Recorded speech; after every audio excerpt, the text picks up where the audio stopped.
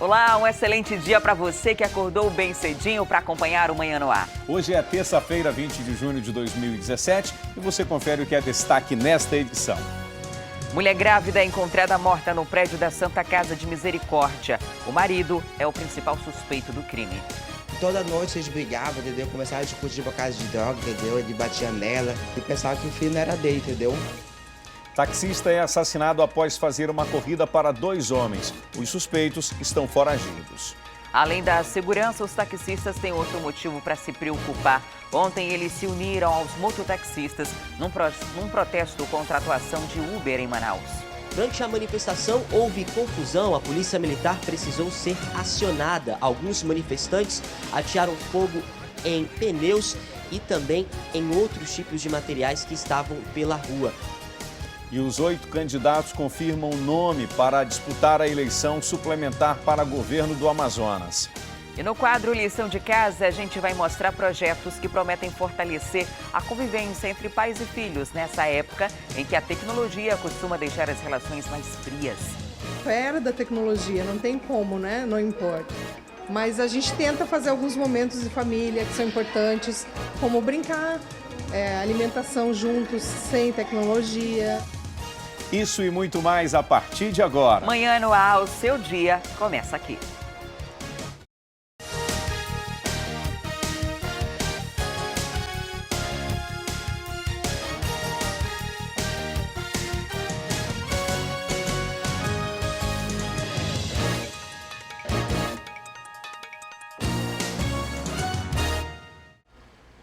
São 6h03, nós estamos ao vivo e você pode participar do Manhã no Ar com a gente. Manda para cá suas sugestões de reportagens, denúncias, flagrantes. É só enviar uma mensagem de áudio ou de vídeo para o nosso WhatsApp, 9225-8767. Entra também na nossa página no Facebook e interage com a gente por lá. E uma mulher grávida foi encontrada morta ontem dentro do prédio da Santa Casa de Misericórdia, no centro da cidade. A polícia acredita que o autor do crime tenha sido o próprio marido. Leidiane Souza Ferreira, de 20 anos, estava grávida de 8 meses, prestes a dar à luz a sua segunda filha, uma menina. As pessoas com quem nós conversamos aqui na Santa Casa de Misericórdia, que hoje está completamente abandonada e que conviviam com a Leidiane, disseram à nossa equipe que ela era uma moça muito tranquila, querida por todas, tinha muitos amigos por aqui e muito romântica também. Essa caixinha aqui, ó, era dela. Foi tirada de lá do quarto onde ela dormia, pelos amigos. Tem muitas cartinhas, muita coisa de amor, nada específico em nome do marido dela, que agora é o principal suspeito do crime. Os amigos dela, que moravam aqui, junto com Leidiane, saíram por volta de 7 horas da manhã, aqui da Santa Casa, para tomar café numa casa de apoio, coisa que eles fazem quase todos os dias. Leidiane preferiu ficar dormindo. Só que quando eles voltaram, já se depararam com a cena do crime. Leidiane estava morta no segundo andar aqui da Santa Casa de Misericórdia, em uma das salas que se transformaram em quartos, em abrigo para essas pessoas que moram aqui na região do centro da cidade. Havia muito sangue no local e ela tinha 2 marcas de perfuração, provavelmente causadas por uma arma de fogo. É unânime entre as pessoas com quem nós conversamos e que tinham uma convivência diária com a Leidiane de que o marido dela era muito agressivo. Eles brigavam bastante, inclusive havia a desconfiança de que o filho que ela esperava não era dele. Por isso, ele a agrediu e brigava com ela constantemente. Nós conversamos com um dos amigos de Leidiane, Felipe, que nos conta um pouco mais sobre essas brigas que estavam acontecendo entre o casal. Toda noite eles brigavam, entendeu? Começaram a discutir por causa de droga, entendeu? Ele batia nela e pensava que o filho não era dele, entendeu? Aí ele uma vez queria jogar aqui das casas, queria bater nela. Ele até dava um chute na barriga dela, entendeu? Para matar esse filho dela. A avó de Leidiane também esteve aqui no local. Ela contou à nossa equipe de reportagem que Leidiane usava drogas há bastante tempo e pelo menos 3 anos já morava aqui nas imediações do prédio abandonado aqui da Santa Casa de Misericórdia. Ela também acredita que o marido pode ter matado a neta. Ela diz que por várias vezes Leidiane falou sobre as agressões do marido. Foi ele sim. Tenho dúvida não, foi ele. Não, ele botava ela, ele explorava ela, mano, botava ela pra fazer programa nesses cantos aí. Arranjar dinheiro para comprar droga para ele. Ela era usuária de droga junto com ele.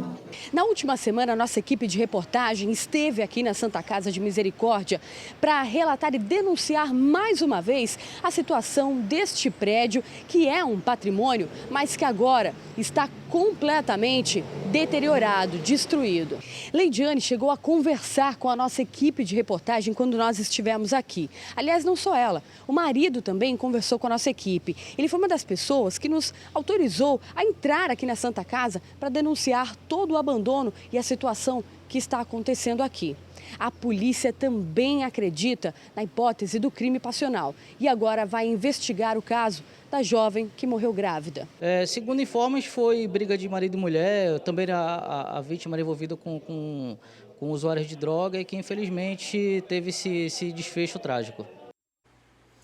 E um jovem de 19 anos foi morto com um tiro na cabeça na noite de ontem no conjunto habitacional Parque Residencial Manaus, na Avenida Ramos Ferreira, no centro. Sobre esse assunto eu converso agora ao vivo com o repórter Danilo Alves. Olá, Danilo. A polícia já trabalha com alguma linha de investigação? Bom dia, Wilson. Pois é, a linha principal de investigação é a guerra do tráfico de drogas na zona sul de Manaus, principalmente nesses bairros Centro, Educandos, Raiz, Cachoeirinha e Morro da Liberdade, que são os principais pontos de tráfico de drogas, no caso, que fica perto do rio, onde a droga acaba chegando com mais facilidade. O Gustavo Santos dos Santos, o Gustavinho, mais conhecido aqui, ele morava por aqui pelo Parque Residencial Manaus, que fica aqui na Avenida Ramos Ferreira, onde a gente se encontra neste momento, não tem muita gente, a movimentação é bastante tranquila, isso porque ainda são as horas ainda cedo, e a gente mostra para você o local onde ele foi assassinado. Ele estava bem aqui próximo a essa escada, olha só, aqui nesse bloco, no bloco que fica bem pertinho já da saída da Avenida Ramos Ferreira, ele estava com 2 pessoas. Por volta das 7h30 da noite, 3 homens ainda não identificados chegaram por aqui. A gente ainda não tem informações, Wilson, se eles chegaram de moto, de carro ou andando. O que se sabe é que os 3 suspeitos abordaram o Gustavo por aqui, que correu. Ele chegou ainda a correr alguns metros, mas quando chegou bem aqui perto já desse estabelecimento aqui, ele caiu. Ele recebeu um tiro na cabeça e outro tiro nas costas. Logo em seguida, esses 3 suspeitos conseguiram fugir. Algumas testemunhas disseram que eles foram em direção ao centro da cidade, já como aqui fica bem pertinho, né? Avenida Ramos Ferreira, saíram daqui, foram direto ali rumo ao centro. Não se sabe se eles foram pela Djalma, se eles pegaram a Constantino, eles saíram no rumo desconhecido, como diz a polícia. Logo depois, a polícia militar foi acionada, a 24ª Companhia Interativa Comunitária, que é quem patrulha o centro da cidade, e constatou realmente que o Gustavo, depois de verificar toda a documentação dele, que ele já tinha passagem por tráfico de drogas. Ele tinha 19 anos. O irmão dele, segundo a PM também, ele já também tinha passagem e ele era uma das pessoas que comandava o tráfico de drogas por aqui. Tanto que no bolso do Gustavo, no momento em que ele morreu, a perícia da Polícia Civil encontrou 10 trouxinhas de cocaína. Então, logo depois, essa droga foi apreendida, foi recolhida pela perícia, entregue à Polícia Civil e também agora todas essas provas devem aí constar no inquérito de investigação para tentar apurar o porquê desse número tão alto de mortes, de homicídios nesses locais, nos Prosamins, também na zona sul de Manaus, esses locais aqui que a gente já viu. Ontem nós entramos de um outro ponto também da zona sul de Manaus, você estava com a gente acompanhou, falou um pouquinho sobre os constantes ataques, troca de tiros que tem acontecido por aqui, principalmente na Zona Sul. Aqui é um dos Prosamins mais populares, digamos assim, aqui da Zona Sul da cidade, porque é onde se concentra um número maior de famílias, porque isso aqui é um grande complexo que vai até ali a Avenida Leonardo Malcher. Então muitas pessoas ficam bastante assustadas. A gente vê que a criminalidade por aqui vem aumentado. No fim de semana, como eu disse ontem, várias pessoas morreram, principalmente nas zonas, eu falei Zona Sul, mas principalmente nos bairros da Cachoeirinha e também da Raiz, adolescente ou pessoas que são maiores de idade. todas foram vítimas e a maioria, de acordo com a polícia, foi relacionado ao tráfico de drogas, esse acerto de contas relacionado com o tráfico de drogas. Mas a PM, a Polícia Civil, já enviaram uma nota, já deram a resposta, disseram que devem aí começar investigações para saber se realmente é um confronto entre facções criminosas, no caso as facções criminosas que são as mais populares aqui no nosso estado, que é a Família do Norte e o Primeiro Comando da Capital, se realmente há briga entre essas facções ou se há realmente uma outra espécie de motivo que está fazendo com que esses traficantes, com que essas pessoas envolvidas no crime estejam aí se matando, né? Porque são essas pessoas que estão aí se confrontando e acaba que as pessoas que moram aqui na Zona Sul, que moram no centro, que moram no bairro Educandos, principalmente nesses locais dos Prosamins, acabam ficando à mercê da criminalidade, né, Wilson? Pois é verdade. Se a briga ficar só entre eles, né, e desse paz para o morador, né, o problema é que nesses confrontos pessoas de bem também acabam sendo vítimas. De acordo com a Secretaria de Segurança Pública, 70% dos crimes cometidos aqui na capital têm relação com essa história do tráfico de drogas. Muito obrigado, Danilo. Até daqui a pouco. E após uma denúncia, a polícia conseguiu localizar e recapturar 2 foragidos da Justiça no bairro Monte das Oliveiras, na zona norte de Manaus. O Disque Denúncia da Secretaria de Segurança Pública do Amazonas tem dado bastante resultado, porque a população tem feito realmente as denúncias anônimas. E aí, a Secretaria de Operações conseguiu pegar 2 foragidos do Complexo Penitenciário Anísio Jobim. São esses 2 aqui. O Rodrigo de Souza Maia, ele estava respondendo por tentativa de homicídio e tem um mandado de prisão por roubo em aberto. O outro é o Sebastião Souza Barão, que também está respondendo, está foragido por roubo e por extorsão. Um detalhe é que os 2 foram presos no mesmo bairro, mas em operações que fazem parte da Secretaria de Operações, né? Mas que eles não têm nenhuma relação um com o outro. Eles estão foragidos há bastante tempo. Um deles fugiu, né? Saiu do sistema prisional desde 2012 e o outro desde 2015. Pelo menos o Rodrigo, né? Que é esse que está aqui, depois que ele já estava respondendo pela tentativa de homicídio, ele também acabou praticando um outro roubo. É uma coisa muito comum, principalmente quando a polícia não consegue chegar nesses infratores. E aí, quando você consegue dar uma resposta como essa, com a participação da população, a parte boa é que os 2 acabam saindo de circulação, voltando para o sistema prisional e tendo que responder pelas infrações que eles cometeram. A gente tem trabalhado muito aqui com as denúncias no 81 e elas têm surtido efeito. A população incomodada, às vezes, com essas pessoas fogem do sistema prisional, no caso aí um desde 2012 e o outro desde 2015, né? E eles continuam incomodando a população de alguma forma, ou com o tráfico, ou com outros roubos. É por isso que a população denuncia. A gente tem recebido essas denúncias, tem verificado todas, elas têm surtido seu efeito. Nós prendemos já muita gente decorrente de denúncia do 81. E uma mulher teve o carro roubado em plena luz do dia no conjunto Canaranas, na zona norte de Manaus. A vítima tinha acabado de estacionar o veículo e só entregou as chaves aos bandidos porque ela foi ameaçada. Quem conta essa história pra gente é o repórter Mário César Filho. O assalto aconteceu no último dia 13 na Rua B, no conjunto Canaranas, zona norte de Manaus. Essa socióloga foi uma das vítimas. Mônica quer esquecer os momentos de pânico que passou. Eu faço um apelo, gente, o veículo é de uma pessoa trabalhadora, honesta, que precisa realmente da condução. 9 horas da manhã. Mônica chegava do interior juntamente com 2 amigas e era justamente uma das amigas dela quem dirigia o veículo, Priscila. Elas estacionaram o carro exatamente aqui nesse ponto, em frente à casa da mãe dela. De repente, elas se viram cercadas por 3 criminosos. 2 deles estavam armados com revólver e anunciaram um assalto. Pediram a Priscila, amiga de Mônica, as chaves do veículo. Priscila, a princípio, negou, disse que não iria entregar. Mônica aconselhou a amiga a entregar as chaves, principalmente porque um dos criminosos olhou para a garota que estava dirigindo e disse assim: atira na cabeça dela. Imediatamente, um dos criminosos engatilhou o revólver na cabeça de Priscila. Assustada, ela entregou as chaves e os criminosos fugiram naquela direção e não foram mais vistos.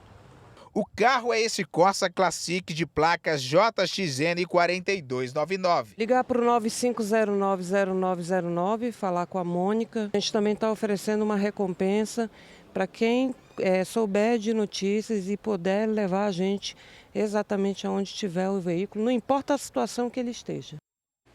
E um casal foi preso em Parintins, suspeito de furtar 70 pneus de uma loja automotiva na zona leste lá do município. O material furtado foi encontrado na casa da dupla após denúncia de uma testemunha. Aqui na Rua Paraíba, no bairro da Francesa, zona leste de Parintins, as polícias civil e militar prenderam por furto o casal Kenison Katak, de 26 anos, vulgo Cebola, e a Edna Pinheiro, de 31, conhecida como Japa. Os dois são suspeitos de furtar do armazém de uma loja de autopeças 70 pneus de moto e carro. Os pneus foram encontrados na casa desse casal, estavam escondidos na cozinha, no banheiro e até debaixo da cama. Quando a polícia chegou na casa, o Cebola e a Japa estavam dormindo, foram surpreendidos e um terceiro suspeito, que é filho dela, conseguiu fugir. A polícia deu um bote lá na casa, uns conseguiram correr. A proprietária da casa, já conhecida nossa como Japoca, o marido dela, namorado dela, também um conhecido nosso aqui, já tem várias passagens aqui pela delegacia. E como você vê aí, o material todo estava debaixo da cama, banheiro, quartos, forros, todo lugar tinha pneu. O casal nega a autoria do crime. Além dos pneus, a polícia também apreendeu os materiais que teriam sido utilizados nesse furto no armazém e em outros, como alicate, chave de fenda, furadeira, machado e faca. A Edna e o Katak vão ser encaminhados à unidade prisional de Parintins. E a polícia prendeu Rafael da Silva Ferreira, de 20 anos, na Zona Norte. Ele é apontado por integrar uma quadrilha especializada em roubo de veículos. A polícia chegou até o suspeito graças a uma vítima que descobriu o esconderijo da organização criminosa. Rafael da Silva Ferreira, de 20 anos, foi preso em casa do Francisca Mendes 2, Zona Norte de Manaus. O jovem é apontado como um dos integrantes de uma quadrilha especializada em roubos de veículos. Os policiais chegaram aos suspeitos através de uma de suas vítimas, assaltada na noite anterior. Eu cheguei, entrei no estacionamento, baixei para amarrar um cadastro do sapato quando surpreendido com a arma na minha costa. Levaram meu celular. Eu rastrei meu celular, estava na Cidade Nova, aqui próximo. E começaram a me ligar privado. Eu resolvi atender. Aí falaram, ó, rua tal, casa tal. Tudo aconteceu aqui na Rua 87. A casa exatamente aquela ali. No momento em que a vítima chegou, passava uma viatura da Rocan no local. O homem, desesperado, se jogou na frente da viatura e contou logo toda a história para os policiais. Os PMs não contaram conversa, entraram na casa. E além do suspeito, acabaram encontrando o carro da vítima, mais outro carro com queixa de roubo, 2 placas clonadas e ainda um revólver calibre 38. Rafael recebeu voz de prisão e foi conduzido ao 6º Distrito Integrado de Polícia. Na delegacia, Rafael acabou revelando que estava foragido da justiça há pelo menos 1 ano, onde cumpria pena por porte ilegal de arma na extinta cadeia pública Raimundo Vidal Pessoa. De acordo com a PM, a função de Rafael na organização criminosa era de justamente dirigir os carros utilizados durante os assaltos. Já a casa servia como esconderijo para abrigar os veículos. E o taxista Antônio Carlos Oliveira foi assassinado após fazer uma corrida para 2 homens. Os suspeitos fugiram. Essa história começou aqui no centro da cidade, mais precisamente aqui, ó, na Lobo da Almada, com a José Clemente. O taxista estava parado num ponto de táxi aqui próximo, como fazia rotineiramente, quando os 2 suspeitos saíram de um restaurante e foram em direção ao carro do homem. Era ele que estava na vez. Os 2 homens pediram a corrida.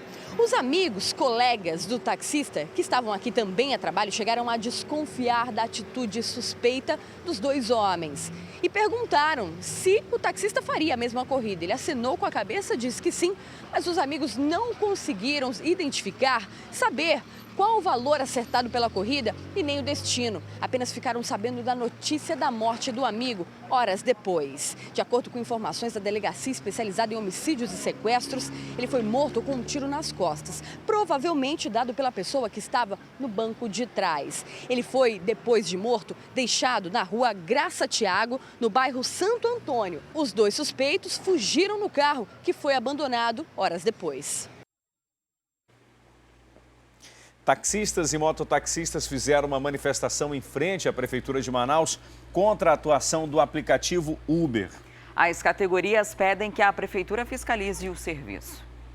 Taxistas e mototaxistas se concentraram em 2 pontos diferentes da cidade e logo depois chegaram aqui à sede da Prefeitura na Avenida Brasil, no bairro da Compensa, zona oeste de Manaus. A manifestação começou por volta das 8h30 da manhã. As duas categorias são contra a vinda do aplicativo Uber de carona paga. Eles afirmam que o preço mais barato do serviço do aplicativo está causando prejuízos de 40% até 50% para as duas categorias. Eles pedem agilidade de fiscalização e também normatização desse aplicativo para circular na cidade. Eles também dizem que eles respeitam leis de trânsito e também de tabelas relacionadas ao preço das passagens e também o preço de cada viagem. E querem que os aplicativos sigam o mesmo padrão, a mesma regra, ou uma outra espécie de acordo em que todos saiam ganhando.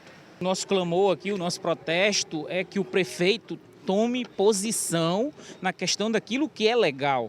A ilegalidade não pode imperar no serviço de transporte. Aplicativo nenhum transporta passageiro. O que transporta passageiro, o que transporta as pessoas, que é a vida humana, são os veículos. E na Constituição brasileira, na legislação de trânsito, na legislação de transporte federal, estadual e municipal, os veículos e os motoristas têm que estar autorizados. Quem autoriza? O município. Por isso mesmo que vocês se reuniram, já se reuniram no começo da semana, vieram mais uma vez aqui para poder ver se a prefeitura toma alguma atitude nessa questão da fiscalização e também de toda a regulamentação desses aplicativos de transporte. Sim, a gente veio na segunda-feira, fizemos uma manifestação pacífica e hoje a gente veio com os mototáxi. Então, na segunda o prefeito não recebeu a gente e hoje novamente a gente não foi recebido por ele. Até porque ele disse que não ia receber a gente através que tivesse essa... Para ele foi uma baderna, né? Então, para a gente foi uma manifestação onde a gente está procurando o nosso direito, onde está sendo um preço desleal para a gente, da nossa profissão, onde saímos de casa às 6 horas da manhã e não tem horário para voltar, onde muitos pais de família antes trabalhavam 24 horas, agora estão subindo mais o tempo de trabalho para tentar trazer o sustento para suas casas. Durante a manifestação houve confusão, a polícia militar precisou ser acionada. Alguns manifestantes atearam fogo em pneus e também em outros tipos de materiais que estavam pela rua. O corpo de bombeiros precisou ser acionado para apagar as chamas. Em seguida, a Força Tática teve um pequeno confronto com os manifestantes. Eles saíram daqui da sede da prefeitura por volta das 11h30 da manhã e seguiram para o aeroporto de Manaus. Nossa equipe de reportagem viu uma munição PT-40, que é de uso da força policial, mas até o momento ainda não tem nenhum tipo de informação de que realmente essa bala tenha sido disparada por algum policial militar. Até o momento, a prefeitura ainda não deu nenhum tipo de resposta para as duas categorias. Em nota, a Prefeitura se manifestou em relação a essa questão aí, disse que considera esse protesto que ele foi feito de forma desordeira, que dessa forma não vai realmente sentar com os mototaxistas ou taxistas para conversar, que tem atuado na fiscalização do transporte clandestino e que em relação ao Uber, eles vão esperar a regulamentação da lei federal, né? Então tem que ser aprovada em Brasília e depois que for aprovada, assim como foi na época dos mototaxistas, né? Aprova lá a regulamentação a nível federal e depois cada uma das prefeituras vai ter que regulamentar a nível local a atuação desses profissionais, né? Enquanto isso, os profissionais do Uber podem continuar trabalhando de acordo com a prefeitura, porque não há nenhuma previsão constitucional que impeça que isso aconteça. E os taxistas, a prefeitura diz que está aberta ao diálogo, mas não dessa forma, não através do protesto que foi realizado com queima de pneus, entre outras coisas. onde o Uber começou a funcionar, houve esse protesto, né? E não há convivência harmônica entre Uber, taxistas e mototaxistas, isso em qualquer lugar do mundo. Aqui no país, a gente acompanhou algumas manifestações, principalmente São Paulo, Rio de Janeiro, e a gente ainda não tem uma legislação específica sobre o assunto. Já há uma proposta transitando no Congresso sobre esse assunto, já há uma matéria e os municípios estão esperando a votação dessa matéria, porque essa matéria vai balizar, né, vai orientar os municípios de que forma é que devem proceder. Agora, a história do Uber, Adriane Diniz, é algo que faz parte do mundo moderno, né? É algo que você não pode impedir, né? É algo que você não pode impedir. E até hoje tem beneficiado o usuário. Ainda não vi um usuário reclamando, né? Até porque a competição, ela melhora o serviço, melhora a qualidade, né? Melhora a qualidade do serviço, diminui o preço, né? É claro que tem que se estabelecer regras também, né? E aí, por exemplo, o que foi feito ontem, a manifestação que foi feita ontem, atear fogo em pedaços de pneu, atear fogo em pedaços de madeira, interditar uma via, você está infringindo a lei, né? Você está cerceando o direito de ir e vir, e eu acho muito difícil a categoria conseguir um diálogo com a prefeitura dessa maneira, né? Não é afrontando, não é fazendo esse tipo de ação que vai conseguir diálogo com a prefeitura e aí entrar num acordo, né, sobre a regulamentação do serviço aqui na cidade. Vai ter dificuldade, inclusive, de conseguir o apoio da população. Imagina só quem estava transitando pela Avenida Brasil, precisava ir para trabalho, para a escola, precisava chegar em casa, tinha algum compromisso, não conseguiu passar por conta dessa manifestação. Essas pessoas automaticamente já vão criar uma rejeição a esse tipo de protesto, né? As pessoas foram prejudicadas. É claro que a reivindicação dos taxistas é legítima, uma vez que eles alegam ter um prejuízo aí na sua arrecadação, porque agora tem mais gente trabalhando, tem um outro serviço que é muito similar, mas é preciso que haja um diálogo, né, com a prefeitura, que diz estar de portas abertas para a categoria, né, que podem ir até lá, que vão conversar com o prefeito, mas não dessa forma aí como aconteceu ontem. E o bairro Japim está sofrendo com os buracos nas ruas. Os carros precisam desviar para não cair, os pedestres têm dificuldade para caminhar e os moradores estão sentindo os prejuízos. Ruas C7, C15, C17 e Perimetral. Esses são apenas 4 exemplos de vias do bairro Japim, na zona sul da cidade, que sofrem com os buracos que surgem quase todos os dias. Eles vêm, consertam, mas às vezes eles nem acabam o conserto, o buraco já aumentou. Acredito que seja pela questão do saneamento básico que não tem. E a dona Ameli tem motivos para reclamar. Bem em frente à casa dela tem essa cratera e do outro mais um buraco que até já tinha sido consertado. E eles consertaram esse aqui há bem pouco tempo.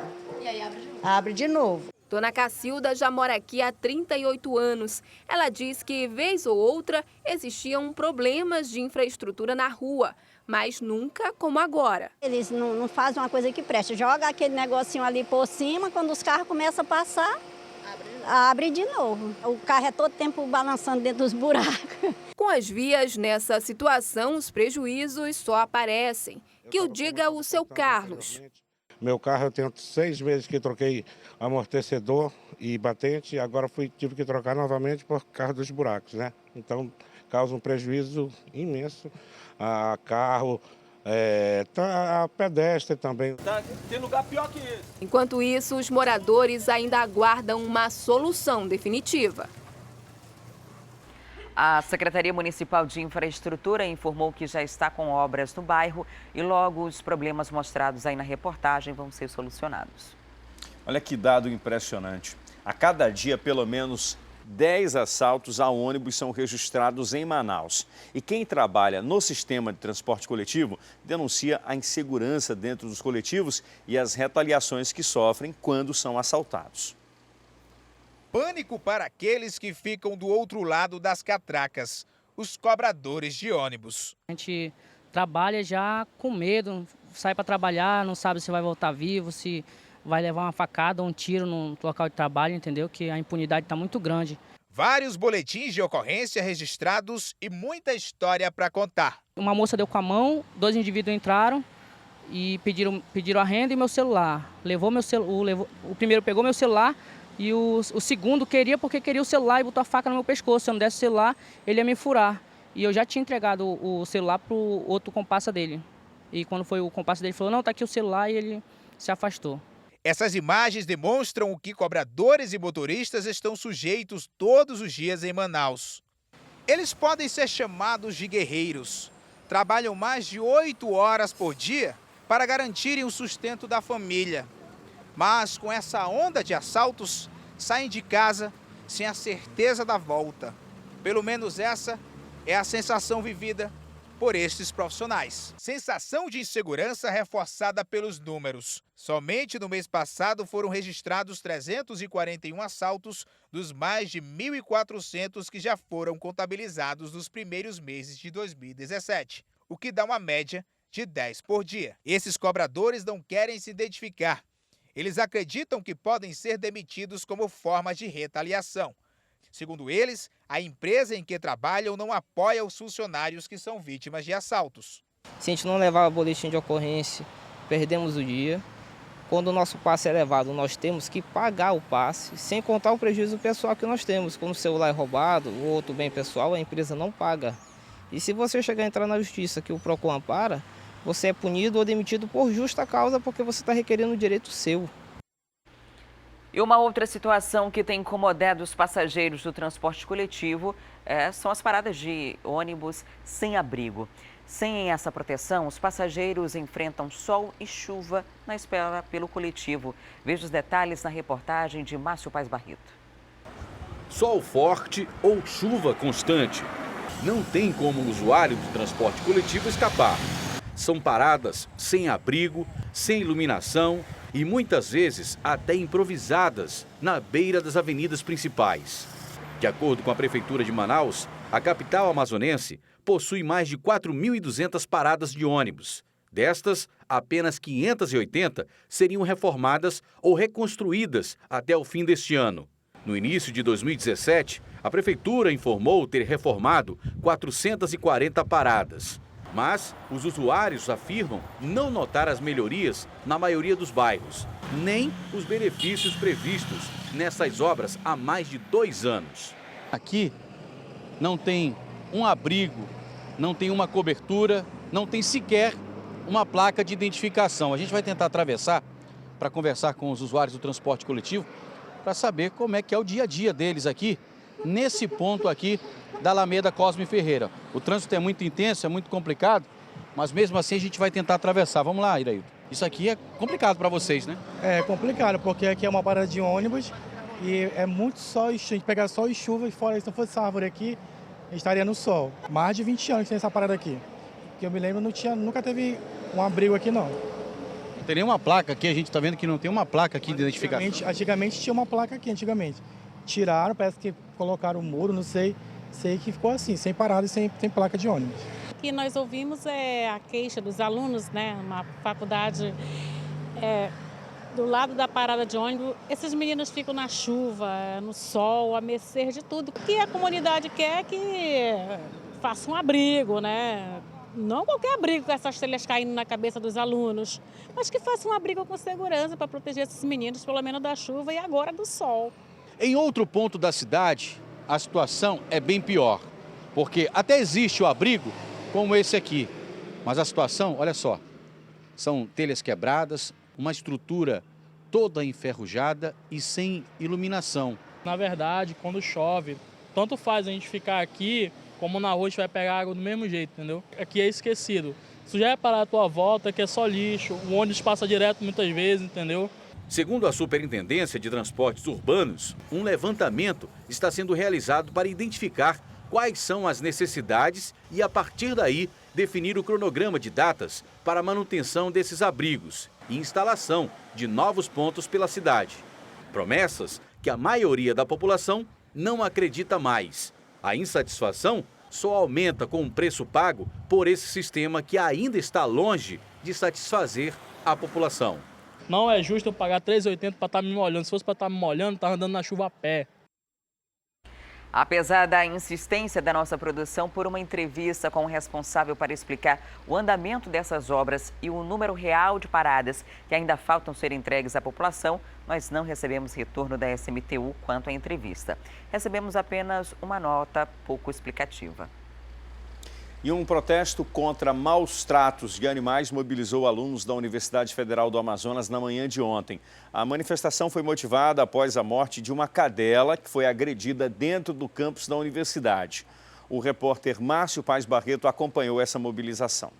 Vários alunos aqui da Universidade Federal do Amazonas estão protestando contra os possíveis maus tratos que vem acontecendo aqui no campus da universidade. A gente vai conversar com o Ramon, que é um dos organizadores dessa manifestação. Ramon, é claro que a gente já registrou o caso da Pretinha, que morreu por conta de uma agressão que aconteceu, nós registramos. E agora surgiu um outro fato, que é do cachorro Cachaça, que está muito mal, e vocês estão fazendo justamente essa manifestação por conta do apoio e da ajuda que ele precisa nesse momento, é isso? Isso. A manifestação visa acordar os alunos da instituição contra os maus tratos e o abandono. Muitas pessoas, servidores, alunos e até a comunidade externa da população de Manaus pensa que aqui na UFAM tem alguma ONG que cuida dos animais, o que é errado. Isso configura como abandono e é um crime passivo de punição. E a gente pode perceber aqui que os animais ficam aqui, interagem com os alunos tranquilamente. A gente já prestou atenção e percebeu aqui que gatos, cachorro andam por aqui e dividem o espaço com os alunos de forma bem pacífica. E por isso que eles estão aqui com vários cartazes, Força Cachaça, pedindo para que a população e a UFAM tomem alguma providência com relação a essas denúncias que chegam para a reitoria, denúncias sérias, graves de crimes de maus tratos contra animais. Inclusive, nessa manifestação, há a presença também da Comissão Especial de Proteção aos Animais da OAB aqui do Amazonas. E a Ana é a presidente da comissão. Ana, é preciso que se haja uma responsabilidade, é preciso que se busque informações da reitoria da UFAM, que até o momento não se pronunciou com relação a essas denúncias. Nós pretendemos marcar uma reunião, se houver interesse e disponibilidade por parte deles, para que a gente verifique essa situação, porque afinal de contas não é a primeira denúncia que a OAB recebe. A OAB recebeu desde o ano passado algumas denúncias gravíssimas que envolvem alunos e professores da UFAM. São alegações de que essas pessoas estariam incorrendo no crime de maus tratos, supostamente falando, ou até no crime de incitação a maus tratos aos animais. Então, nós pretendemos ainda conversar com a reitoria, com a administração, para ver como eles têm se posicionado diante dessas reclamações. Paralelo a isso, tem um trabalho que é feito também na Delegacia de Meio Ambiente. Vocês também estão acompanhando todos esses casos. Exatamente. O doutor Samir, que é o delegado titular da DEMA, tem atuado de uma forma inédita. Ele tem sido muito parceiro no sentido de dar uma atenção muito especial para os casos relacionados a maus tratos, tanto que já deflagrou inúmeras operações. E nós podemos dizer que agora a causa animal tem recebido uma atenção muito maior em relação ao que se trata das denúncias na DEMA. Vale ressaltar que a Universidade Federal do Amazonas, ela tem várias câmeras espalhadas ao longo do seu campus. Então é preciso que a reitoria tome uma providência e é preciso que se identifique os autores desses crimes que vêm acontecendo com frequência aqui dentro do campus da Universidade Federal do Amazonas. E agora um assunto que é no mínimo preocupante para a conservação da nossa fauna. O único centro de triagem de animais silvestres funcionando hoje em Manaus está com a capacidade lotada. Isso significa dizer que, se essa situação continuar, a assistência aos bichos resgatados pode simplesmente não acontecer. O Centro de Triagem do IBAMA, o CETAS, enfrenta dificuldades para receber novos animais silvestres por falta de condições de alojamento. Mas não há possibilidade de ampliar o centro. Temos um acordo de cooperação já em andamento e o IPAM já sinalizou que vai construir seu CETAS estadual até o ano que vem. 65 animais vivem hoje no CETAS do IBAMA.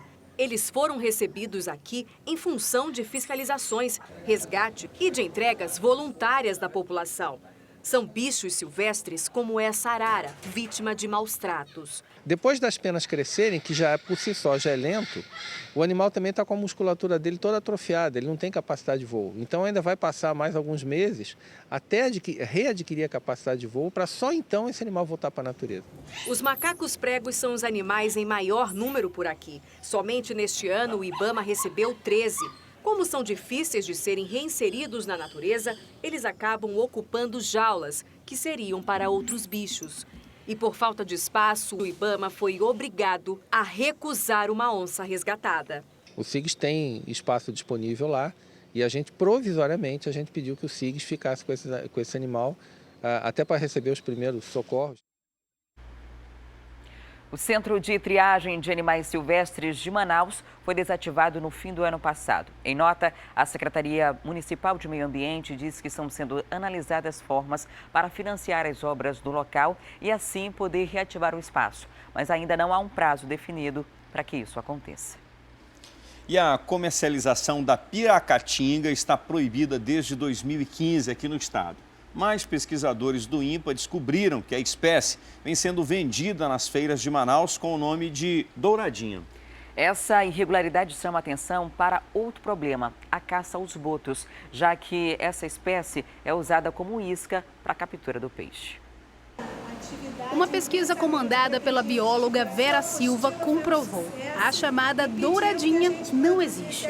O nome foi inventado para rotular filés de peixes que normalmente são mais baratos, como mapará, mandi e mundumbé. E o mais grave, apontado pela pesquisa: a maior parte do que é comercializado nos frigoríficos e supermercados, na verdade, é filé de piracatinga, um peixe que teve a pesca proibida até 2020. O volume de piracatinga disponível no mercado multiplicou algumas dezenas de vezes. Então, considerando que um boto, segundo os pescadores, pode pescar entre 500 a 1.000 quilos de peixe, a gente vê o volume de botos que estavam sendo mortos para sustentar essa pescaria. Esta cartilha, resultado da pesquisa, mostra as principais características desses peixes vendidos como douradinha. As cores dos filés podem ajudar a identificá-los. A piracatinga tem uma coloração muito avermelhada. E, por exemplo, essa foi a principal característica que a gente notou de diferente para as outras 4 espécies que são vendidas sob esse nome de douradinha.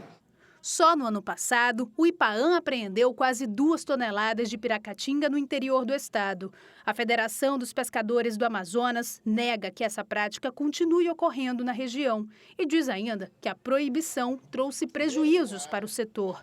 Ficou de a gente criar um grupo de trabalho com o Ministério da Pesca, com o Ministério do Meio Ambiente, com o IBAMA e chamar os institutos de pesquisa e os órgãos ambientais para nós definir critérios e demanda para que a gente possa regularizar essa situação que está prejudicando o segmento. As pesquisadoras trabalham agora para encontrar uma alternativa sustentável para a pesca da piracatinga, sem ter que sacrificar um dos símbolos da Amazônia. Elaborando essas iscas, utilizando restos de peixes, restos de frutas, para produzir iscas alternativas, para que o boto e o jacaré não sejam mais utilizados como isca, né? E agora a gente vai trazer imagens do trânsito. Nosso drone é operado pelo nosso repórter cinematográfico Alex Gomes. Olha só que imagens bonitas do Rio Negro. A gente está aí na Manaus Moderna, né? Olha só. E a gente começa com essa imagem muito bonita, né? Ali ao fundo tem a Ponte Rio Negro, né? Dá de ver lá ao longe, né? A Ponte Rio Negro. Olha só aí. E esse local vai ser muito frequentado agora nos próximos dias, né? Porque a gente está chegando próximo do Festival Folclórico de Parintins. Então, muita gente já começa a ir bem antes do fim de semana, porque quer participar de tudo, né? Já estão acontecendo os ensaios lá nos Currais dos Bois. Já tem gente também ansioso pela festa dos visitantes, pelo que acontece na Ilha Tupinambarana. Né? Então, esse local deve ser de grande movimentação até o fim do mês, até o começo de julho também, né? Com o retorno das pessoas que vão a Parintins de barco, no barco tradicional ou no barco, no a jato, né? Muita gente acaba escolhendo essa opção para chegar mais rápido, para não ter que tem que sair do trabalho ou voltar para o trabalho mais rápido, né? Mas hoje está uma tranquilidade, né? Aí na Lourenço da Silva Braga, uma tranquilidade na avenida para quem está no centro da cidade, para quem vai nas feiras aí que ficam nessa Avenida da Manaus Moderna, para quem vai ao Mercado Municipal Adolfo Lisboa. Enfim, tá, pelo menos para esse horário, 6 horas e 45 minutos, está tudo muito tranquilo e muito bonito até. E depois do intervalo comercial, a gente vai falar sobre a agenda de ontem dos candidatos ao governo do estado. Eles estiveram no Tribunal Regional Eleitoral para homologar as candidaturas. E o TRE está convocando mesários para atuar na eleição do dia 6 de agosto. Tem ainda dicas sobre o saque do PIS-PASEP, que termina agora no dia 30. É um instante só.